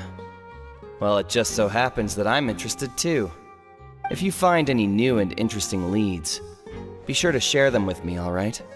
We don't have too many thoughts yet. Then why don't I tell you my hypothesis first? The way I see it. And I'll start it with that loud thud. The thud? Oh, you mean the sound that happened during the countdown? Yes, exactly. It wasn't terribly loud, but I suspect that most people heard it. It's just that everyone was awaiting the results of Linny's trick with bated breath, so no one paid it much mind. But now that the incident has happened, the thud has become an important clue. That makes sense. So, what do you make of it? I'm of the opinion that it may have been the sound of Linny's accomplice. Lynette, perhaps. Jumping atop the water tank, or something like that. And when the pyrotechnics went off, she cut the rope, sending the water tank crashing down. But wasn't the noise we heard too loud for that? Perhaps the balance wasn't right, leading to a particularly rough landing. Oh, that's true. I suppose I must reconsider. That does remind Paimon, though. What was with that sound?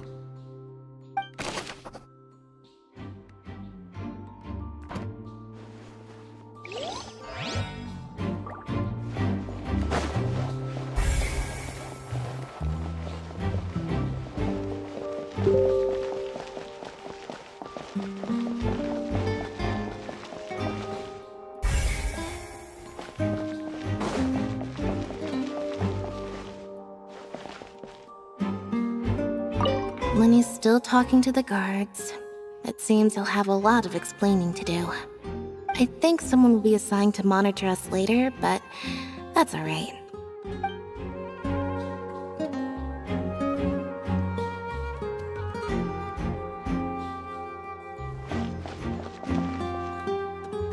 Whoever the murderer was, they must have made preparations well before. Whoever the murderer was, this rope, people, why would it be? Gosh, we all heard that noise.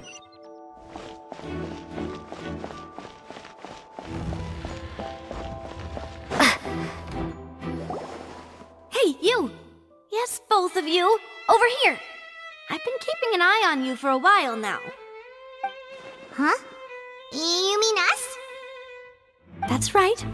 If I'm not mistaken, you're also among those who wish to cut down the thorns and pursue the truth. No? And by the looks of it, you're not from Fontaine. Well, you're right on the more about that one, but who are you?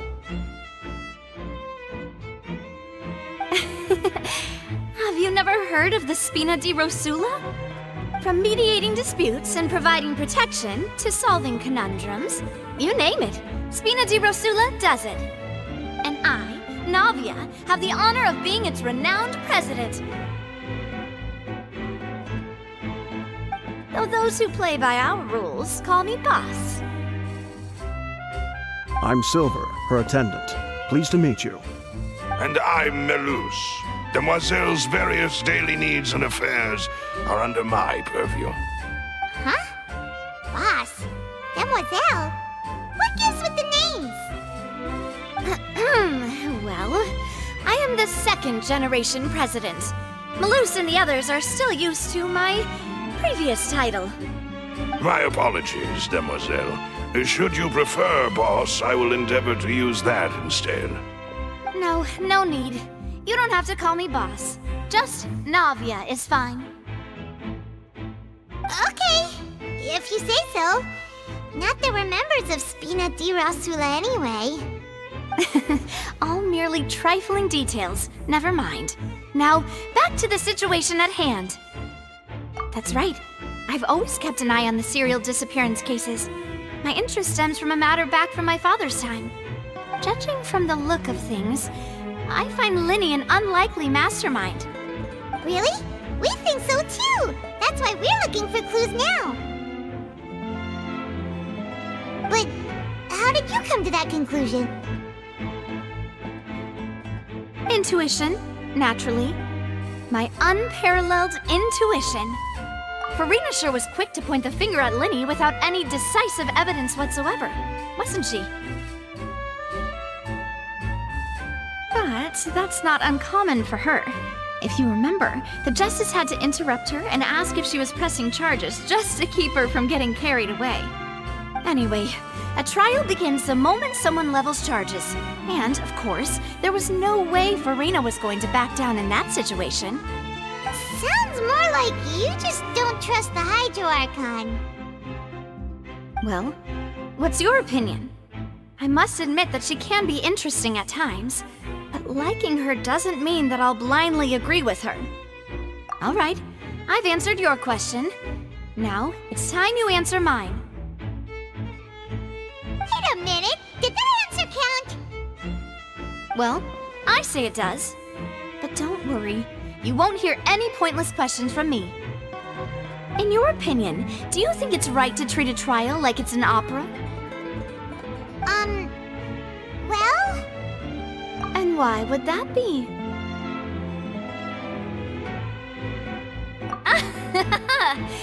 See, Silver and Melus? I told you they'd be different. Most astute of you, Demoiselle. I too think that the Traveler's response was most excellent. No matter how wonderful the script or how fervent the audience's expectations may be, the trials that go on stage here must be based in fact. And if that can be done, boss, then... All right, that's quite enough, Melus. Anyway, I like your answer. You passed with flying colors. Now, I need to make some preparations, following which our joint investigation shall commence. You two, shall be my assistants. Wait! Since when did we become assistants? Oh, well, I can be the assistant, sure. Or your companion, if you like. I'm really not that fussy. That's more like it. Far be it from me to brag, but I believe that Demoiselle's intuition will be instrumental in uncovering the truth. You wish to save a friend from false accusations, and we wish to unravel the disappearances. In this sense, our goals are aligned. You have a point. You're quite the talker, aren't you, mister? And what about you over there? What do you think? You seem like you've got something on your mind. I have nothing to add. Oh, alrighty then. We'll be making some preparations first. Just be sure to let us know if they start revealing Linny's tricks. Thanks!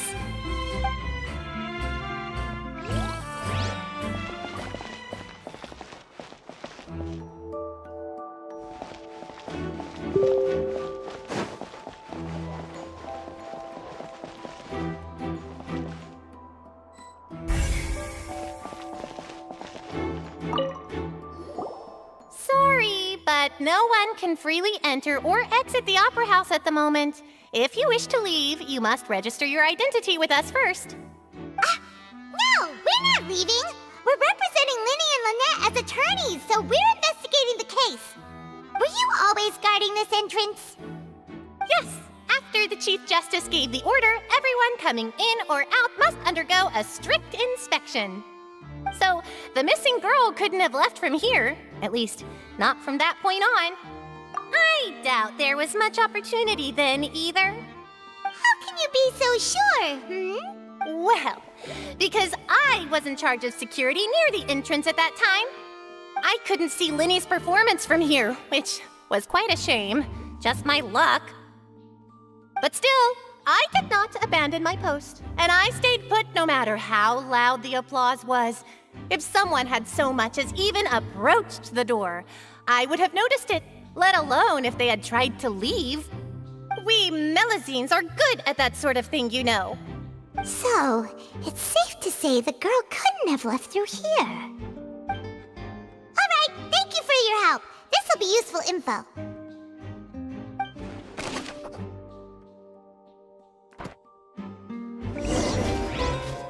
We've checked everything of note here at the performance venue.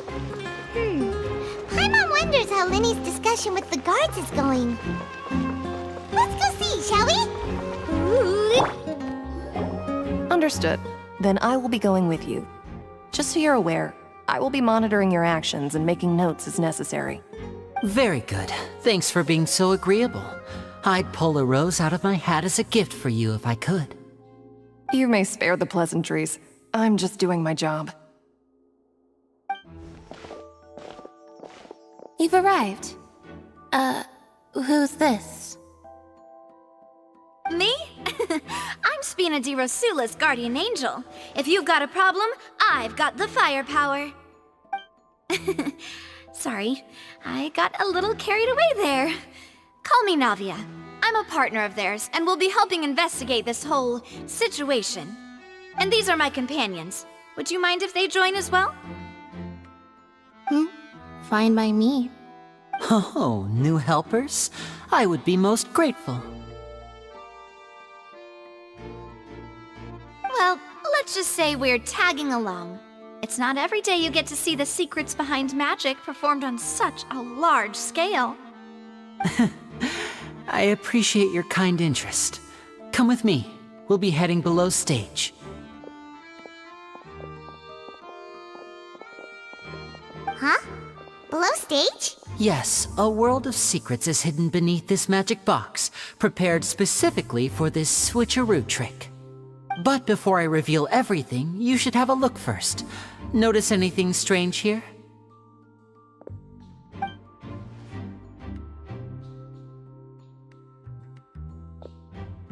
I'm not trying to be dramatic. Remembering the details of a trick will help you understand the methods used to perform it more easily. weren't there balloons and other decorations here? Where did all the... Ah, good eye. That said, you're still far from discovering the answer.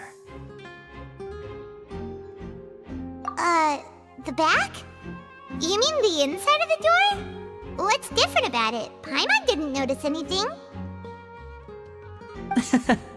Very good indeed. I thought you might not be able to catch that, given that you were sitting in the first row. The back of this door was patterned. Those patterns are now gone, replaced by a smooth wooden board.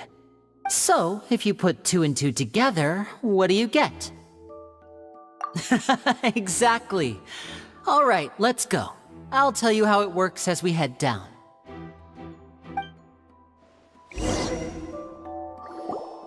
Oh, so there was a passageway under the magic box!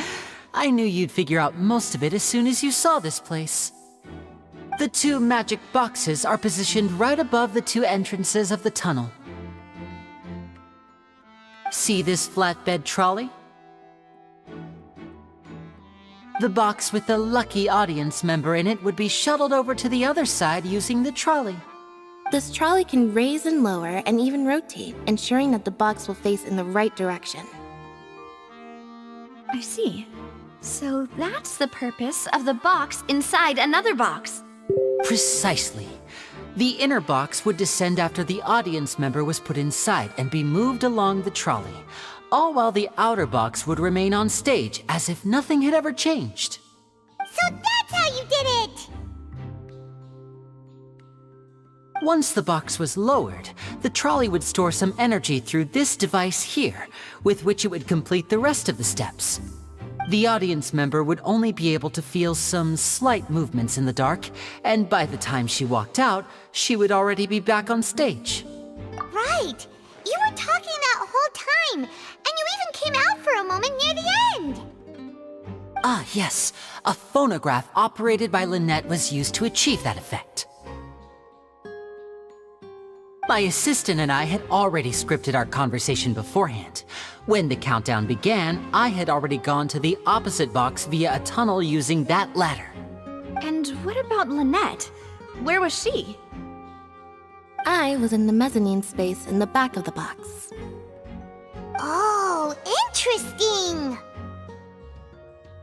That's how we were able to coordinate Linny's lines with the assistant. And, by the way, I was the one who walked out of the box at the end. I mean, we are twins.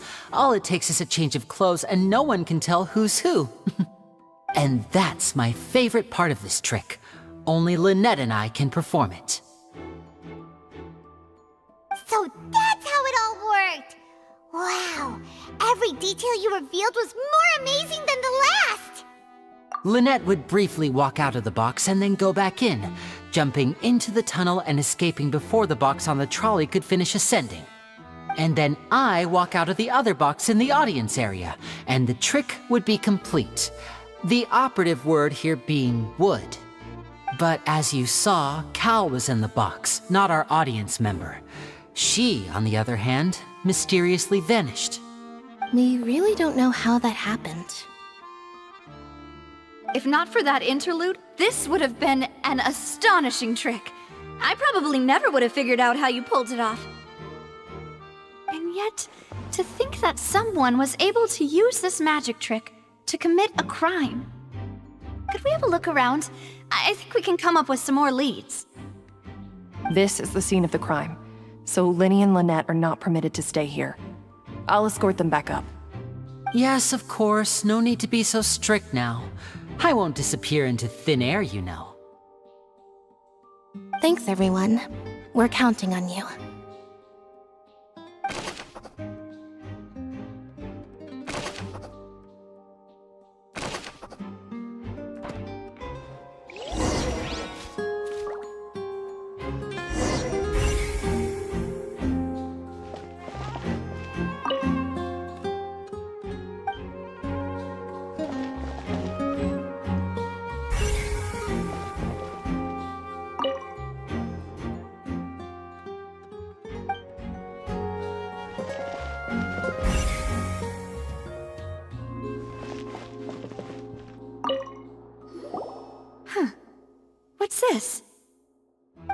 a hook tied to the end of a rope. Huh? There's all kinds of odds and ends here. Perhaps it was a prop for a different trick. But why would it have been left here? Whatever it is, let's make a note of it first.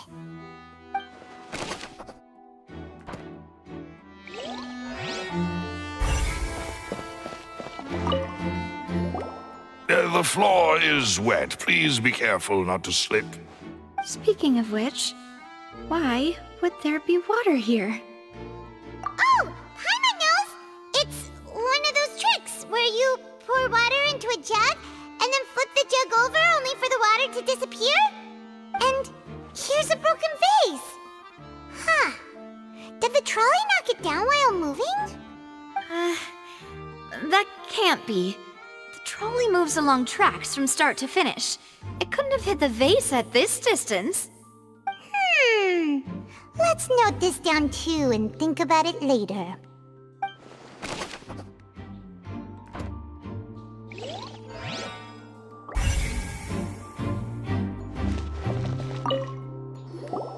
Oh, these are the clothes that the lady chosen from the audience was wearing, right? Her clothes are here, but she's nowhere to be found. Right! And do you really need to do that if you're kidnapping them? Ugh, this is so confusing. Paimon doesn't want to be a detective anymore.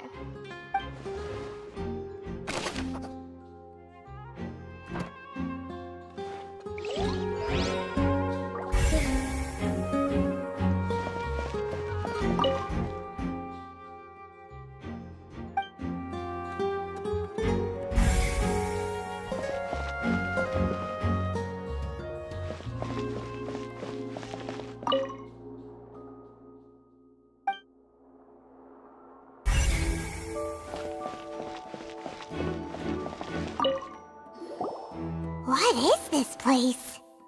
It seems someone could fit through here. Huh. Could this have been the suspect's escape route? Alone, perhaps. But if they had to pull another person with them, the space would be too narrow.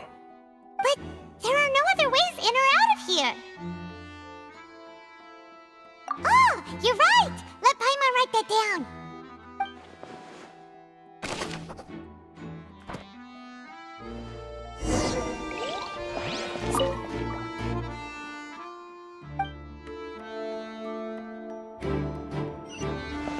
Yes. Let's head back up.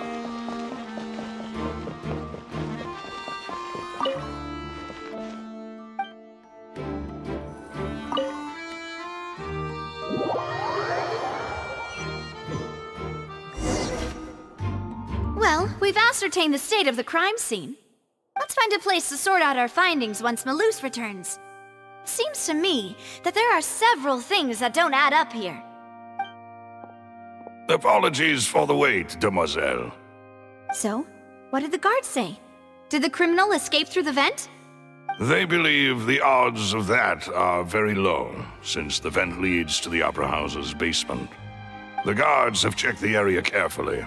No one left through the basement during the performance or after the incident, and no one was found hiding there. So the tunnels become like a secret chamber then! You know, like the kind you usually see in novels! The plot thickens. Halsey's disappearance and Cowell's death are both quite inexplicable. No wonder Farina was so confident in her accusation. All the current evidence points toward Linny and Lynette.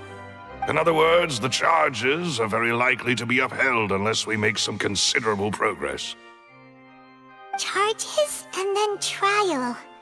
So if the charges are upheld, they'll announce a sentence? That's right. This is how a trial goes in the Opera House. During the proceedings, the Chief Justice and the Oratrice will hear statements from both sides. That's right. This is how indemnitium is produced. The statements from both sides, the defenses from attorneys, witness testimonies, and even the audience's emotions will all be projected on the Oratrice. To put it simply, it's as if the Oratrice has its own will, and is a judge in its own right. This also precludes any kind of favoritism on the part of the Chief Justice. And not that this has ever happened anyway. Once both sides have finished speaking, the Chief Justice will make his final decision. This, too, will be used by the Oratrice as a reference. Then, finally, the Oratrice will be consulted by officials. The result it returns is the will of justice itself. Huh? So that machine is the one that actually decides? Paimon thought Neverlet called the shots. In practice, there is very little difference. Both have always come to the same judgment, which is why people have great faith in the Chief Justice. Ah, yes, the guards also asked me to convey that none of us will be allowed to leave this place before the trial. Huh? Why? Because we've chosen to act as the twins' proxies. That makes us persons related to the case. They're concerned that we might be colluding with outside parties, or that we might find outside help to disrupt the case. And even if that were not so, it could prove problematic if we happen to spread key information about the case ahead of time. I'm ready to break out at any time. Whoa! There's no need for that! Paimon thinks they have a point. That said, are they providing food? Of course. I just hope you don't mind the lack of options. I'm afraid that catering to all tastes is not in the cards, nor In that case, let's just sort out our findings together here. Pity. I was hoping to take you to try some of Fontaine's famous desserts, too. I mean, what better way to properly think through our findings than over some tea and sweets? Huh. Breaking out suddenly doesn't seem like such a bad idea after all. Just kidding! Paimon will still do her best, even if there are no snacks. What do you mean, no snacks? Of course we'll have snacks. If we cannot buy some, then we'll simply make some. Huh? Here? But how? Understood, Demoiselle. Everyone, please come with me.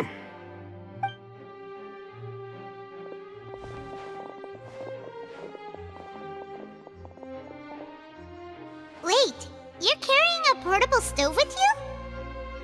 Yes, I must be prepared to meet the Demoiselle's baking needs whenever the fancy strikes her. I have eggs, sugar, and almonds at the ready. Good work, you two. Then I'll get to it. Please sit tight for a moment. You'll get to taste my awesome snacks soon enough. These three are quite the interesting group.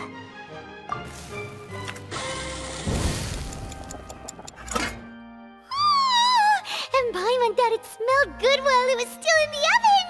Oh, it's even better now. Paimon can't stop drooling. From the way you had these two guys carrying all that stuff around, Paimon thought you'd have them do more during the baking process. But you ended up doing the entire thing by yourself! Beating the egg whites, grinding almonds, everything! I was applauding. And I was giving encouraging smiles.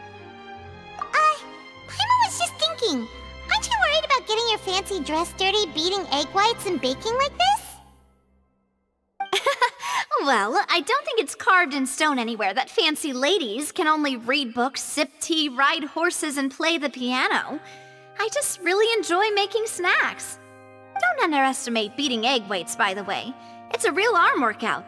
You also need to beat them to just the right consistency, or your macarons will crack. Anyway, give these a try, fresh out of the oven. There's 3 for each of us. Only 3? Well, eating too many sweet treats might send all that sugar to your head.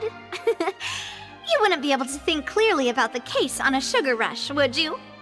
Tea is ready to be served as well. This is Demoiselle's favorite, strong black tea with a floral fragrance that clears the mind and lifts the spirit.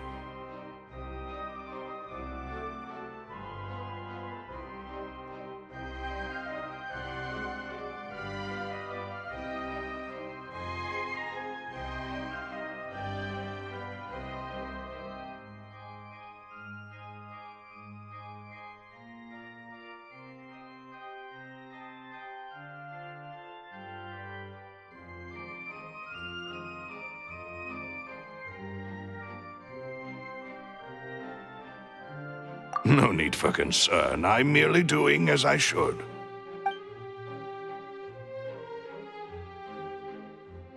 All right then. Down to business. As Paimon mentioned previously, the tunnel seems to be something of a secret chamber. However, we can assume that Linny and Lynette were not alone within it. Some criminal also occupied its sealed confines. The magician twins could have committed the crimes, of course, but they lack any logical motive.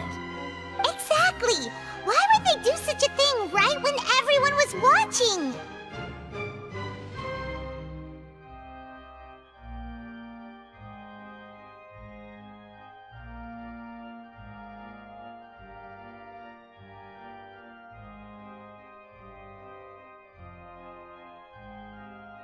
The flower vase and the thud we heard during the performance could indicate some altercation between Halsey and the criminal in the tunnel, resulting in the shattering of the vase, the discarding of her clothes, and her abduction. Perhaps the criminal thought that since she was chosen from the crowd, she would be too easy to identify if she was still wearing the same clothes. Paimon thinks that makes sense, but the real trouble is...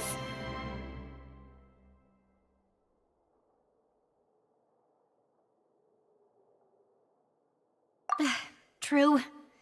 None of the clues we found thus far support the existence of this third person.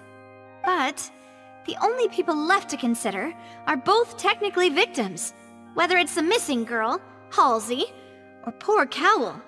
Huh. Could Halsey have secretly made modifications to the magic props in order to murder Cowl before making her escape? That's right. And even if she had tampered with the setup, she would need to understand the entire trick to pull it off.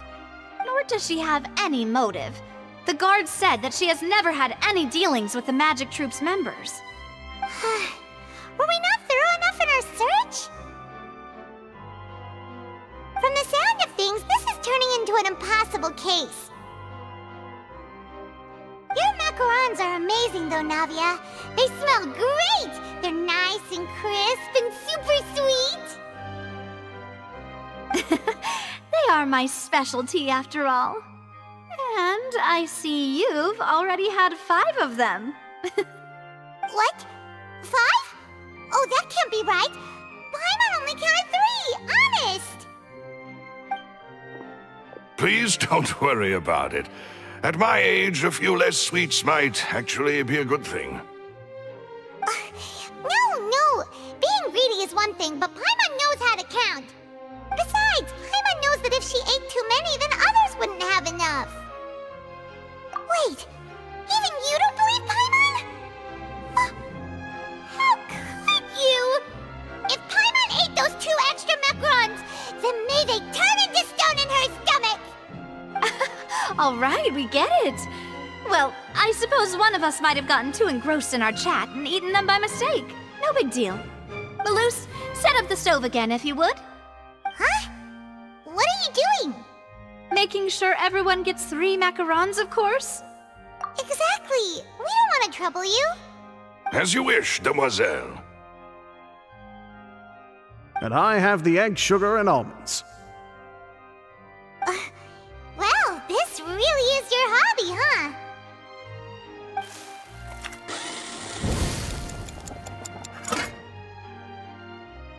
Well, that's it for snack time. I'm going to have another look around the area. I don't know what we're looking for yet, but we've still got some time. As attorneys, I suggest the 2 of you think the case over again. It would be awkward if you got all tongue-tied on stage during the trial.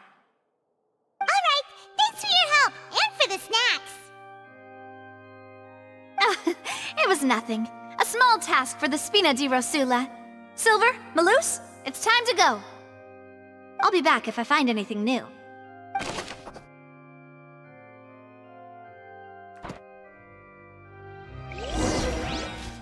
Alright, it's time to put our heads together. We've got to get our defense ready for the trial.